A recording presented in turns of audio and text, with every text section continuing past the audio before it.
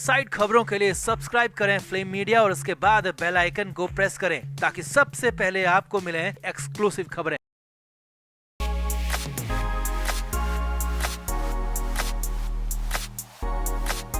तो फाइनली 10 दिनों से जो ड्रामा चल रहा था उसका दी एंड हो गया है। महाराष्ट्र में अब उद्धव ठाकरे पूर्व मुख्यमंत्री हो गए हैं। देवेंद्र फडणवीस के साथ मिलकर एकनाथ शिंदे ने ठाकरे सरकार को जड़ से उखाड़ दिया। अब इस तरह बीच सरकार में इस्तीफा देना, सब कुछ होते हुए भी सब कुछ गवा देना काफी दुखदाई होता है और उद्धव ठाकरे के साथ भी ऐसा ही हुआ है। सामने आ रहा है कि मुख्यमंत्री के पद से इस्तीफा देने के वक्त और इस्तीफा देने के बाद उद्धव ठाकरे बहुत ज्यादा इमोशनल हो गए और रात बेचैनी में कटी। मगर इधर संजय राउत अब भी उसी अंदाज में हैं। अब भी उनके तेवर में जरा भी कमी नहीं आई है। सरकार के जाते ही राउत खुद चलकर मीडिया के सामने आए और कई बड़ी बड़ी बातें भी कह दी।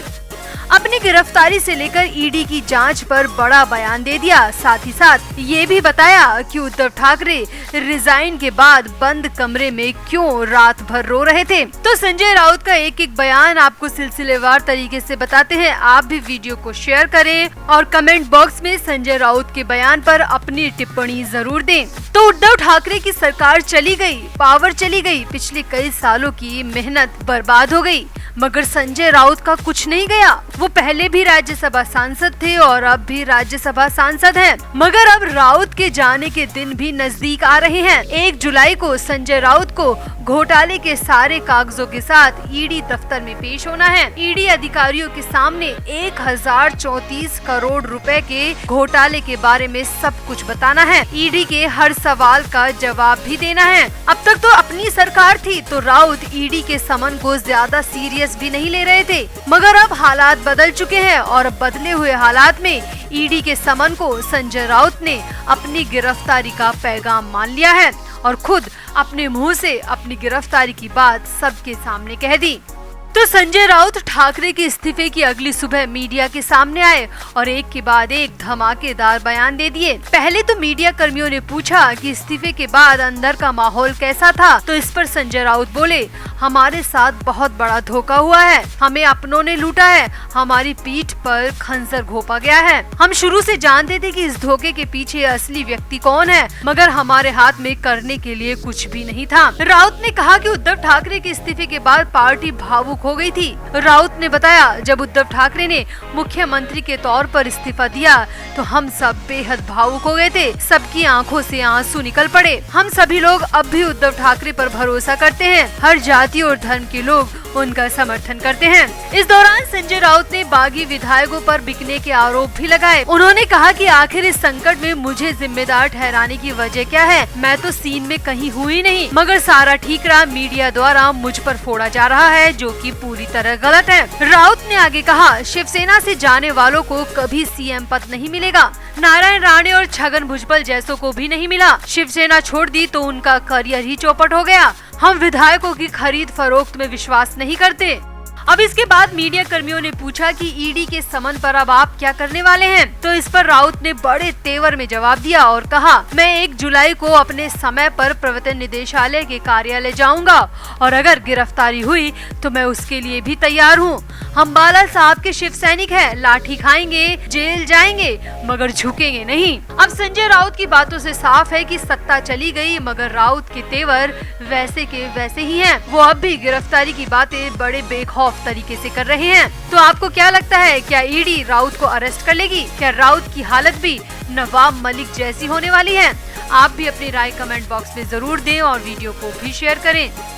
महाराष्ट्र की राजनीति में किस कदर हलचल मची हुई है ये सबको पता है। 30 जून को फ्लोर टेस्ट होना है, बहुमत साबित करना है और वहीं 29 जून को शिवसेना और एनसीपी के नेता सुप्रीम कोर्ट की शरण लिए हुए हैं। बात सिर्फ सरकार बचाने की नहीं बल्कि शिवसेना के लिए तो संकट अपनी सालों पुरानी पार्टी की इज्जत बचाने का भी है। इसीलिए शिवसेना सुप्रीम कोर्ट पहुंची है और फ्लोर टेस्ट को पोस्टपोन कराने की मांग कर रही है। वहीं ऑर्थर रोड जेल में बंद एनसीपी के मंत्री नवाब मलिक और अनिल देशमुख भी फ्लोर टेस्ट के बहाने जेल से बाहर आना चाहते हैं। मलिक और देशमुख ने भी सुप्रीम कोर्ट में गुहार की है कि उन्हें एक विधायक होने के नाते हक है कि वो भी सरकार के फ्लोर टेस्ट में हिस्सा ले। अब फिलहाल सबकी नजरें सुप्रीम कोर्ट के फैसले पर है। सुप्रीम कोर्ट मलिक और देशमुख को 1 दिन की जमानत की रिहाई देता है या नहीं, फ्लोर टेस्ट को लेकर क्या फैसला देता है, ये सब सुप्रीम कोर्ट के विवेक पर निर्भर करता है। मगर इधर सबसे अहम और खास जानकारी ये मिल रही है कि आखिर पूरे 36 घंटे के बाद संजय राउत का पता चल चुका है। जी हाँ, अलीबाग से राउत के लापता होने की खबरें आ रही थी, जिसके बाद पूरे 36 घंटे बाद संजय राउत की मौजूदगी दर्ज हुई है और राउत के सामने आते ही ईडी की टीम भी अलर्ट हो चुकी है, क्योंकि ईडी की टीम को 1034 करोड़ के घोटाले का हिसाब जो लेना है। तो पहले आपको बताते हैं कि आखिर राउत क्यों अपनी गिरफ्तारी से पहले फिल्मी डायलॉग मारने लग गए और ऐसे डायलॉग मारने की भला जरूरत क्या है। तो आपको याद दिला दें कि 23 फरवरी 2022 को जब ईडी की टीम कैबिनेट मंत्री नवाब मलिक को अरेस्ट करने उनके घर पहुंची थी, तब घर के बाहर मौजूद मीडिया के सामने मलिक ने भी अपना एक हाथ ऊपर उठाते हुए कहा था कि मैं झुकेगा नहीं, मैं डरेगा नहीं। उस वक्त मलिक को लगा होगा कि 1-2 दिन बाद में वो बाहर आ जाएंगे, आजाद हो जाएंगे, मगर तब से लेकर अब तक मलिक जेल में ही हैं और 12 से 15 जमानत अर्जियां उनकी लगातार खारिज हो चुकी हैं। अब ये डायलॉग मलिक के तो किसी काम नहीं आया। अब सेम यही डायलॉग संजय राउत ने भी बोला है और वो भी ईडी के द्वारा अपनी गिरफ्तारी से ठीक पहले। अब संजय राउत को 1 जुलाई को ईडी दफ्तर में पेश होना है और माना जा रहा है कि ईडी की तरफ से भेजा गया दूसरा समन बहुत सख्त भाषा में है, जिसमें साफ साफ लिखा है कि राउत 1 जुलाई को ईडी दफ्तर में घोटाले के सभी डॉक्यूमेंट्स को लेकर पहुंचे। तो 1 जुलाई से ठीक पहले संजय राउत ने भी पुष्पा का डायलॉग मारा है और कहा है, शिवसेना झुकेगी नहीं, महाराष्ट्र डरेगा नहीं। दरअसल गुवाहाटी में बैठे विधायक बार बार कह रहे हैं कि असली शिवसेना वही है। इसके बावजूद पार्टी सांसद संजय राउत को भरोसा है कि 20 से 25 विधायक उनके साथ आ जाएंगे। इसीलिए संजय राउत का पुष्पा वाला अंदाज नजर आया और वो कहते दिखे कि पार्टी झुकेगी नहीं और ना ही डरेगी। अब अपनी गिरफ्तारी से ठीक पहले संजय राउत ने ऐसे डायलॉग मारकर साबित कर दिया कि कहीं उनका हाल भी नवाब मलिक जैसा ना हो जाए। अब ये बात सच है कि डर सबको लगता है और जो व्यक्ति बार बार कहता है कि वो डर नहीं रहा, सही मायने में उसे ही सबसे ज्यादा डर लगता है और गिरफ्तारी का डर तो हर किसी को लगता है। संजय राउत इस वक्त चौतरफा मुसीबत में फंसे हैं। पार्टी का अस्तित्व बचाना है, सरकार बचानी है, बागी विधायकों को अपने खेमे में करना है, अपनी कुर्सी भी बचानी है और खुद को ईडी की गिरफ्तारी से भी बचाना है।